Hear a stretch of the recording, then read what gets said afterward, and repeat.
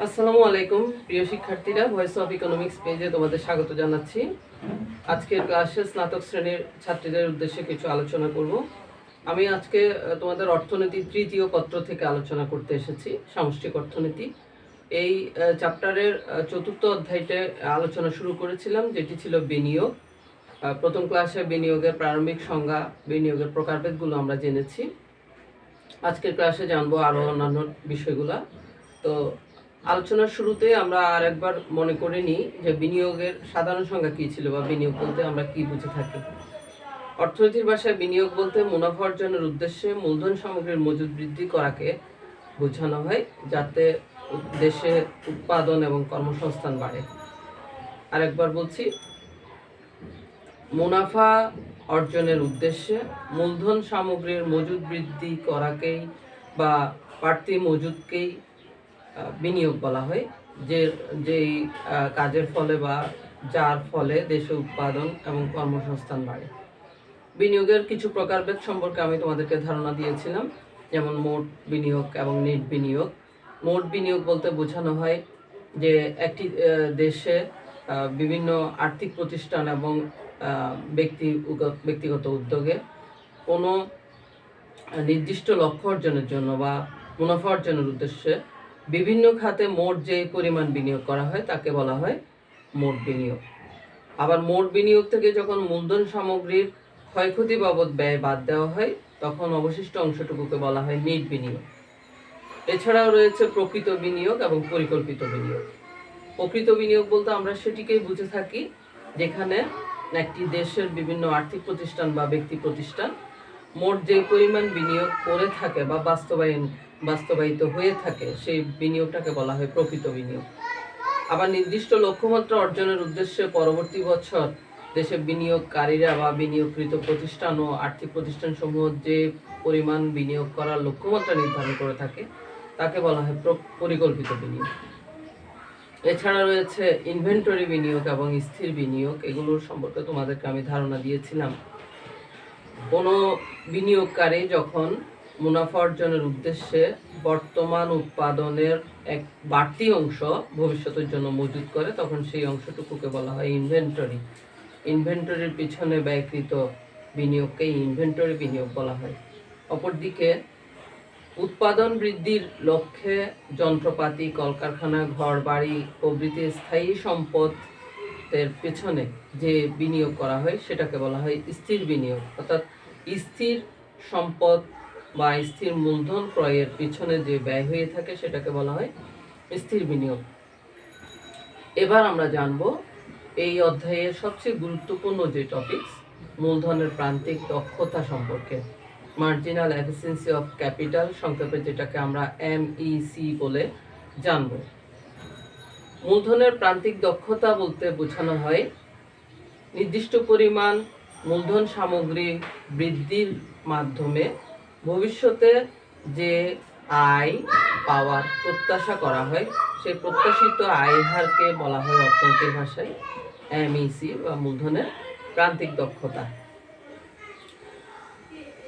যেমন আমরা কোনো একটি শিল্প কলকারখানায় যদি 10 জন শ্রমিক বা 10টি মেশিন কাজে লাগানোর মাধ্যমে 1000 টাকা আয় করে থাকি, সেখানে বাড়তি অতিরিক্ত একজন শ্রমিক বা অতিরিক্ত একটি মেশিন বসানোর পরে যদি আমাদের আয় 1100 টাকা হওয়ার একটা প্রত্যাশা আমরা করে থাকি, তাহলে পূর্বের আয়ের চেয়ে বর্তমান বা ভবিষ্যতের 1100 টাকা আয়ের যে পার্থক্য, অর্থাৎ বাড়তি 100 টাকা, সেটিকেই বলা হয় মূলধনের প্রান্তিক দক্ষতা। বাড়তি মূলধন একজন শ্রমিক বা একটি মেশিন অতিরিক্ত বসানো থেকে এই বাড়তি 100 টাকা আয় পাওয়া যাবে বলে প্রত্যাশা করা হয়েছে, সেটাকেই অর্থনীতির ভাষায় বলা হয় মূলধনের প্রান্তিক দক্ষতা বা MEC। MEC ধারণাটি কিন্তু নির্ণয় করা খুব জটিল একটি বিষয়, কারণ প্রত্যাশিত আয় শুধুমাত্র মূলধন নিয়োগের উপর নির্ভর করে না, আরও অপর বিষয়ের উপরও নির্ভর করে থাকে। জেনারেল JM কেইন্স 1936 সালে তার general theory of employment, interest and money প্রকাশিত হওয়ার পরে কেইন্সীয় আয় ও নিয়োগ তত্ত্বে মূলধনের প্রান্তিক দক্ষতা ধারণাটি খুব গুরুত্বের সাথে ব্যবহার করেন। তিনি মূলধনের প্রান্তিক দক্ষতা বলতে একটি নির্দিষ্ট বাট্টার হারকে বুঝিয়েছেন, যে বাট্টার হারের মাধ্যমে প্রত্যাশিত আয়কে বা সম্ভাব্য আয়কে বাট্টা করলে সেটি মূলধন দ্রব্যের যোগান দামের সমান হয়ে থাকে। অর্থাৎ মূলধনের প্রান্তিক দক্ষতা বলতে একটি বাট্টার হারকে বোঝানো হয়, যেটি দ্বারা সম্ভাব্য আয় বা প্রত্যাশিত আয়কে বাট্টা করলে সেটি মূলধন দ্রব্যের যোগান দামের সমান হয়ে যায়। কেইনসের এই সংজ্ঞা থেকে মূলধনের প্রান্তিক দক্ষতাকে আমরা যদি বীজগাণিতিক রূপে প্রকাশ করতে চাই তাহলে সেটি দাঁড়াবে এইভাবে: মূলধনের প্রান্তিক দক্ষতা সমান আমরা লিখতে পারি C=R1/1 প্লাস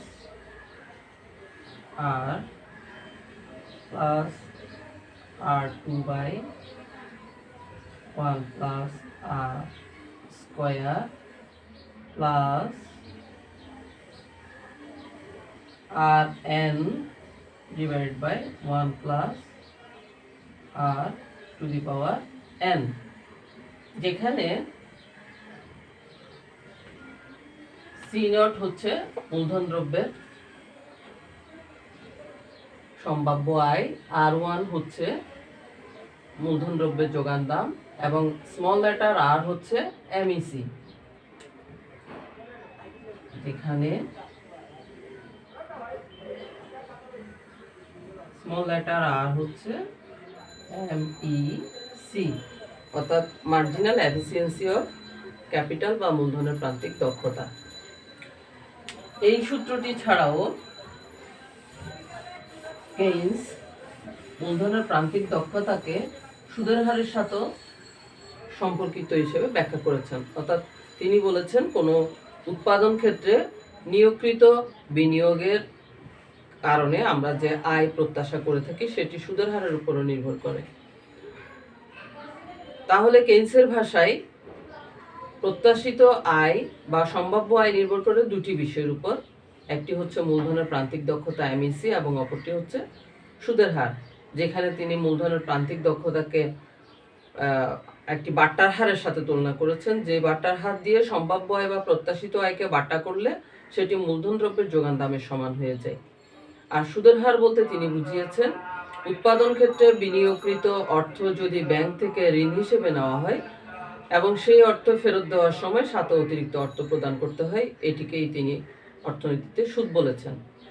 এবং কেইনসের ভাষায় অপর বিষয় স্থির থাকা অবস্থায় মূলধনের প্রান্তিক দক্ষতা যদি সুদের হারের চেয়ে বেশি হয়ে থাকে তাহলে বিনিয়োগের পরিমাণ বাড়বে, কারণ তখন প্রত্যাশিত আয়ের পরিমাণ বাড়ে।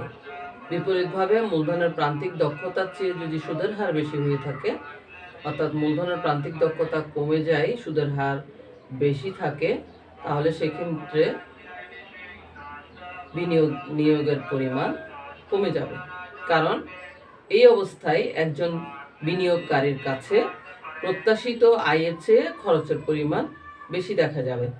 সুতরাং যে বিন্দুতে বা যখন মূলধনের প্রান্তিক দক্ষতা এবং সুদের হার সমান হবে সেই ক্ষেত্রেই নির্ধারিত হবে বিনিয়োগের ভারসাম্য পরিমাণ।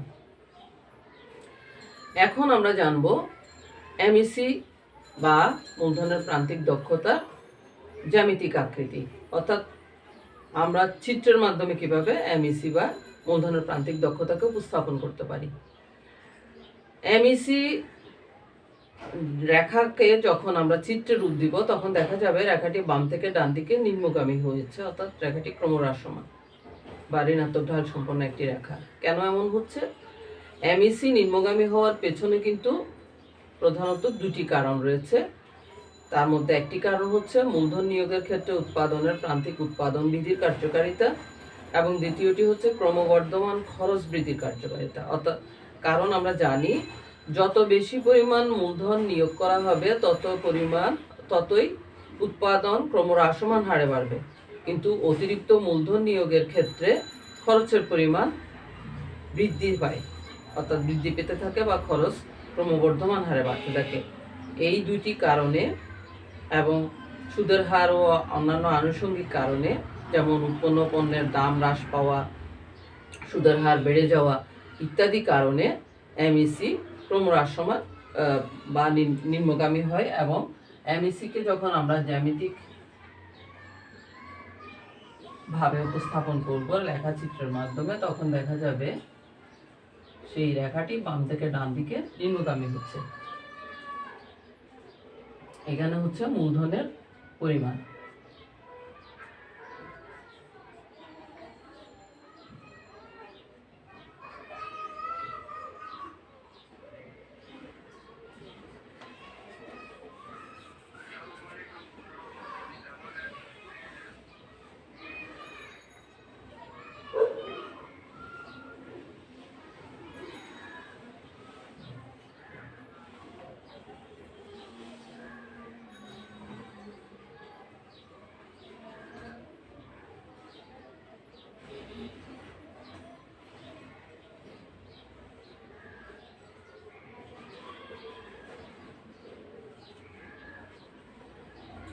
শিক্ষার্থীরা, বোর্ডে তোমরা খেয়াল করো, 1 একক মূলধন নিয়োগের ক্ষেত্রে প্রত্যাশিত আয় হচ্ছে 20%। যখন মূলধন নিয়োগের পরিমাণ বাড়ানো হলো, অর্থাৎ 2 একক করা হলো, তখন দেখা যাচ্ছে প্রত্যাশিত আয়ের পরিমাণ কমে গিয়ে 10% হয়। অর্থাৎ অতিরিক্ত মূলধন নিয়োগের মাধ্যমে প্রত্যাশিত আয় প্রবাহটা ধীরে ধীরে কমে যায়, যে কারণে আমরা প্রত্যাশিত আয়ের সাথে নিয়োগকৃত মূলধনের সংযোগ বিন্দুগুলো যখন যোগ করেছি এ এবং বি, তখন যে রেখাটি আমরা পেয়েছি এমইসি রেখা, সেটি বাম থেকে ডান দিকে নিম্নগামী হয়েছে, অর্থাৎ এটির ঢাল ঋণাত্মক। মূলধনের সাথে সম্পর্কিত দুটি বিষয় হচ্ছে যে এমপিকে এবং এমইসি। এমপিকে হচ্ছে মার্জিনাল প্রোডাক্টিভিটি অফ ক্যাপিটাল, আর এমইসি হচ্ছে মার্জিনাল এফিসিয়েন্সি অফ ক্যাপিটাল। মূলধনের এই দুটি সংশ্লিষ্ট বিষয় সম্পর্কে আমি তোমাদেরকে প্রামাণ্য সংজ্ঞাগুলো বলে দিচ্ছি। আমরা এমপিকে কাকে বলবো? যখন অতিরিক্ত 1 একক মূলধন বৃদ্ধির ফলে উৎপাদন বা মোট উৎপাদনের যে অতিরিক্ত পরিমাণটি পাওয়া যায়, সেটিকে বলা হয় মূলধনের প্রান্তিক উৎপাদন বা এমপিকে। এটাকে আমরা এভাবে বলতে পারি, 1 একক অতিরিক্ত মূলধন নিয়োগের ফলে মোট উৎপাদনের মধ্যে যে পরিবর্তন হয় এবং মূলধন নিয়োগের মধ্যে যে পরিবর্তন হয়, এই দুইটি পরিবর্তনের অনুপাতকে বলা হয় এমপিকে। পক্ষান্তরে এমইসি বলতে আমরা কি বুঝছি? এমইসি বলতে 1 একক অতিরিক্ত মূলধন বৃদ্ধির ফলে যে বাড়তি আয় প্রত্যাশা করা হয়, অর্থাৎ মূলধন সম্পদ বাড়ানোর ফলে মূলধন সম্পদের নিয়োগ থেকে যে বাড়তি আয় প্রত্যাশা করা হয়, তাকে বলা হয় মূলধনের প্রান্তিক দক্ষতা বা এমইসি। সুতরাং এই দুটি বিষয়ের মধ্যে পার্থক্য রয়েছে। আমি তোমাদের সুবিধার জন্য বইয়ের নির্ধারিত সংকেতগুলো দেখাচ্ছি। মূলধনের সাথে সম্পর্কিত দুটি গুরুত্বপূর্ণ বিষয় আমাদেরকে জানতে হবে। একটি হচ্ছে এমপিকে, যেখানে এমপিকে সমান ধরা হবে বাড়তি মূলধনের পরিমাণ ডিভাইডেড বাই বাড়তি উৎপাদনের পরিমাণ। অর্থাৎ মূলধনের পরিমাণ বৃদ্ধি বা মূলধন পরিমাণের মধ্যে যে পরিবর্তন, সেটির ফলে মোট উৎপাদনের মধ্যে যে পরিবর্তন সেটি। দ্বিতীয়টি বা অপরটি হচ্ছে এমইসি বা মূলধনের প্রান্তিক দক্ষতা, যেখানে মূলধনের প্রান্তিক দক্ষতাকে জেনারেল জেএম কেইন্স একটি বাট্টার হারের সাথে তুলনা করেছেন, যে বাট্টার হার দ্বারা সম্ভাব্য আয় বা প্রত্যাশিত আয়কে বাট্টা করলে আমরা সেই বাট্টার মূল্যকে মূলধন দ্রব্যের যোগান মূল্যের সমান ধরতে পারি। তো এই দুটি বিষয় জানার পর এবার আমরা জানব ভারসাম্য বিনিয়োগের পরিমাণ কিভাবে নির্ধারণ করা যায়। তো ভারসাম্য বিনিয়োগের পরিমাণ নির্ধারণ করতে গেলে মূলধনের প্রান্তিক দক্ষতার মাধ্যমে আমাদেরকে জানতে হবে ভারসাম্য বিনিয়োগ স্তর বলতে আমরা কি বুঝে থাকি। সাধারণত একজন বিনিয়োগকারীর মূল লক্ষ্য এবং উদ্দেশ্য হচ্ছে সর্বোচ্চ মুনাফা অর্জন করা। সুতরাং সর্বোচ্চ মুনাফা অর্জনকারী বিনিয়োগকেই ভারসাম্য বিনিয়োগ বলা হয়। এটিকে আবার আমরা এভাবে বলতে পারি, যে বিনিয়োগ স্তরে একজন বিনিয়োগকারীর মুনাফা সর্বোচ্চ হয়, সেই বিনিয়োগকেই বা সেই বিনিয়োগ স্তরকে বলা হয় অর্থনীতির ভাষায় ভারসাম্য বিনিয়োগ স্তর। কেইনস দেখিয়েছেন ভারসাম্য বিনিয়োগ স্তর নির্ধারণের ক্ষেত্রে দুটি বিষয় কার্যকর থাকে। তার মধ্যে একটি বিষয় হচ্ছে এমইসি বা মূলধনের প্রান্তিক দক্ষতা এবং অপর বিষয়টি হচ্ছে সুদের হার। তিনি বলেছেন মূলধনের প্রান্তিক দক্ষতা এবং সুদের হারের মধ্যে সমন্বয়ের মাধ্যমে বা সমতার ভিত্তিতে ভারসাম্য বিনিয়োগ স্তর নির্ধারিত হয়, যেখানে প্রয়োজনীয় শর্ত হচ্ছে 1 নম্বরে মূলধনের প্রান্তিক দক্ষতা এবং সুদের হার সমান হতে হবে। দ্বিতীয়ত পর্যাপ্ত শর্ত হিসেবে তিনি বলেছেন যে ভারসাম্য বিন্দুতে মূলধনের প্রান্তিক দক্ষতা ক্রমহ্রাসমান হতে হবে। এই বিষয়গুলোকে আমরা এভাবে দেখাতে পারি, যখন মূলধনের প্রান্তিক দক্ষতা সুদের হারের চেয়ে বেশি থাকবে তখন বিনিয়োগের পরিমাণ বাড়বে। আবার যখন মূলধনের প্রান্তিক দক্ষতা সুদের হারের চেয়ে কম হবে তখন বিনিয়োগের পরিমাণ হ্রাস পাবে। সুতরাং যে বিন্দুতে বা যে জায়গায় বা যে পরিস্থিতিতে মূলধনের প্রান্তিক দক্ষতা এবং সুদের হার সমান হবে সেখানেই আমরা ভারসাম্য বিনিয়োগ স্তর পাবো বা ভারসাম্য বিনিয়োগের পরিমাণ নির্ধারণ করতে পারবো। আর এই ভারসাম্য বিনিয়োগের পরিমাণ নির্ধারণ করার প্রথম শর্ত হচ্ছে মূলধনের প্রান্তিক দক্ষতা এবং সুদের হার সমান হতে হবে।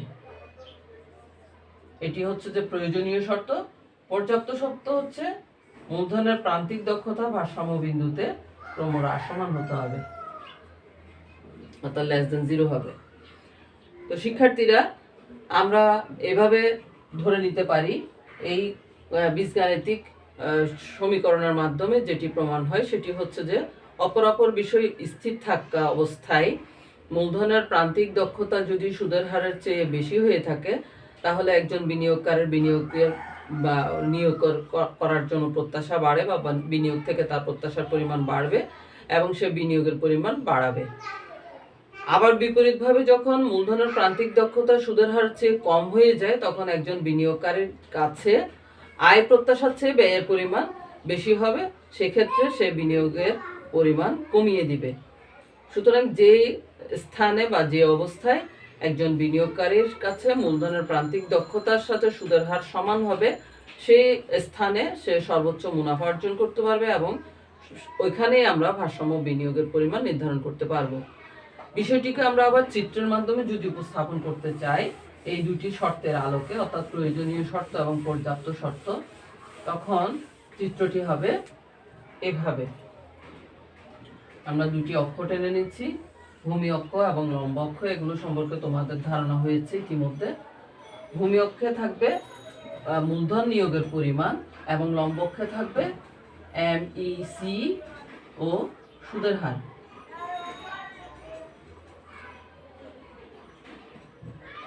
আমি সুদের হার R0 কে স্থির ধরলাম। সুদের হার স্থির, কারণ কেইনসের মতে দীর্ঘকালে অর্থের পরিমাণ তত্ত্বের একটি নিম্নতম অবস্থায় সুদের হার সম্পূর্ণ অস্থিতিস্থাপক হয়ে পড়ে এবং এর নিচে সুদের হারকে আর নামানো যায় না। একটি বাম থেকে ডান দিকে নিম্নগামী ABC রেখা আমরা অঙ্কন করলাম। এই দুটি রেখা একটা বিন্দুতে পরস্পরকে ছেদ করেছে। সেই বিন্দু থেকে ভূমি অক্ষের দিকে আমরা একটি রেখা অঙ্কন করলাম, যেটি আমাদেরকে মূলধন নিয়োগের পরিমাণ বা ভারসাম্য বিনিয়োগের পরিমাণ দেখাচ্ছে। আমি এটাকে I0 দিয়ে লিখি, তাহলে বুঝতে সুবিধা হবে। এই হচ্ছে আমাদের ভারসাম্য বিনিয়োগের পরিমাণ। এখন এই বিন্দুতে ভারসাম্য অর্জিত হওয়ার আগের অবস্থাটাতে যদি আমরা যাই, সেখানে দেখা যাচ্ছে যে এমইসি বা মূলধনের প্রান্তিক দক্ষতা গ্রেটার দেন R0, অর্থাৎ ই বিন্দুর আগে এই অংশটিতে মূলধনের প্রান্তিক দক্ষতা সুদের হারের চেয়ে বেশি থাকে। সুতরাং বিনিয়োগকারীর প্রত্যাশা বাড়বে, কারণ এখানে ব্যয়ের তুলনায় আয়ের পরিমাণ বেশি বা প্রত্যাশিত আয়ের পরিমাণ বেশি, সুতরাং বিনিয়োগকারী নিয়োগের ক্ষেত্রে বা মূলধন নিয়োগের ক্ষেত্রে আরো সামনের দিকে যাবে। আবার ই বিন্দুর ডান পাশে যদি আমরা বিবেচনা করি তখন সেখানে দেখা যাবে এমইসি বা মূলধনের প্রান্তিক দক্ষতা লেস দেন আর নট, অর্থাৎ মূলধনের প্রান্তিক দক্ষতা সুদের হারের চেয়ে কম। যেহেতু মূলধনের প্রান্তিক দক্ষতা সুদের হারের চেয়ে কম, অর্থাৎ একজন বিনিয়োগকারীর প্রত্যাশিত আয়ের তুলনায় ব্যয়ের পরিমাণ বেশি, সুতরাং এই ক্ষেত্রে বিনিয়োগকারী মূলধন নিয়োগের পরিমাণ কমিয়ে দিবে। সুতরাং ই বিন্দু হচ্ছে যে নির্ধারিত ভারসাম্য বিন্দু, যেখানে সুদের হারের সাথে মূলধনের প্রান্তিক দক্ষতা সমান হয়েছে, কারণ এখানে সুদের হার, নির্ধারিত সুদের হার এবং এমইসি, অঙ্কিত এমইসি রেখা পরস্পরকে ছেদ করেছে। এই ছেদ বিন্দু অনুযায়ী আমরা যখন ভূমি অক্ষের উপর একটি লম্ব টানলাম, সেটি আমাদেরকে দেখাচ্ছে ভারসাম্য বিনিয়োগের পরিমাণ। এইভাবে মূলধনের প্রান্তিক দক্ষতা মাধ্যমে ভারসাম্য বিনিয়োগের পরিমাণ নির্ধারণ করা যায়। তো এই পর্যন্ত আমাদের আলোচ্য বিষয় ছিল এই অধ্যায়ের, এবং এই গুরুত্বপূর্ণ বিষয়গুলো অর্থাৎ বিনিয়োগের মূল সংজ্ঞাটি বা অর্থনৈতিক সংজ্ঞা, বিনিয়োগের প্রকারভেদগুলো এবং মূলধনের প্রান্তিক দক্ষতা, যেটি সবচেয়ে গুরুত্বপূর্ণ বিষয়। মূলধনের প্রান্তিক দক্ষতার মাধ্যমে ভারসাম্য বিনিয়োগ স্তর কীভাবে নির্ধারিত হয়, মূলধনের প্রান্তিক দক্ষতা চিত্ররূপ দিলে সেটি কেমন দাঁড়াবে, এবং মূলধনের প্রান্তিক দক্ষতা রেখাটি কেন বাম থেকে ডান দিকে নিম্নগামী হয়, এই বিষয়গুলা জানা থাকলে বা আমরা যদি আয়ত্তে নিতে পারি, তাহলে আমরা এই অধ্যায়টি থেকে প্রশ্ন করলে সেগুলো ভালোভাবে আনসার করতে পারবো। সুতরাং শিক্ষার্থীরা, আমার আজকের আলোচনা এখানেই শেষ। আগামী ক্লাসে আমি নতুন একটি অধ্যায় নিয়ে তোমাদের সাথে আলোচনায় আসবো। সে পর্যন্ত তোমরা আসন্ন ইনকোর্স পরীক্ষার জন্য ভালোভাবে প্রস্তুতি নেওয়ার আশা রাখি। খোদা হাফেজ, আসসালামু আলাইকুম।